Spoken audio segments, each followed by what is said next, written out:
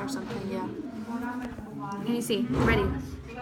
This is the temporal bone posterior surface. This is the parietal border. Remember, the parietal border is always the widest part, and it's the top part, the ridged part. Parietal border. This is the sphenoidal margin.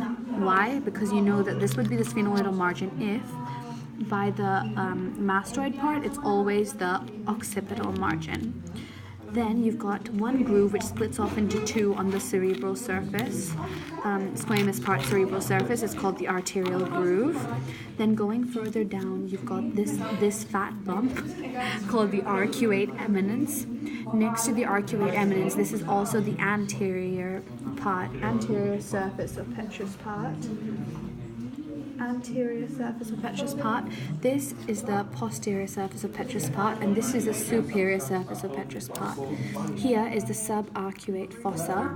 Subarcuate fossa is the same thing as a little notch on this surface. Arcuate eminence, anterior surface of petrous part, posterior surface of petrous part, superior surface of petrous part, apex of petrous part. The furthest down, apex, apical, apex. What is this part? This is, remember, on this side it was called external acoustic meatus. On this side it's going to be called internal acoustic pore. Now, apex of petrous part, good. Occipital margin over here next to the mastoid. Now, what else do you need to know? There should be a mastoid foramen here, which leads to the mastoid foramen here on this side. So mastoid foramen over here. So what do we need to know? We need to know the internal acoustic pore. You also need to know the opening of the vestibular canaliculus, which is over here. Opening of vestibular. So there's three big holes you need to know. Internal acoustic pore, don't block the mic. Internal acoustic pore, opening of vestibular canaliculus, and mastoid foramen over here. Remember that there should also be a groove for sigmoid sinus. Groove for sigmoid sinus is on the same side up here. This is the groove for sigmoid sinus, okay? The groove for sigmoid sinus is on the same side as mastoid foramen.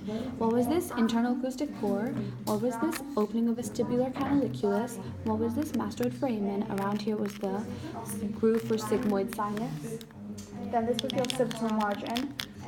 And then there's two other things you need to know. You need to know the styloid process, which you can't see protruding here. There should be a styloid process coming out here. And you need to know the intrajugular process, which I assume is around here. Stop it.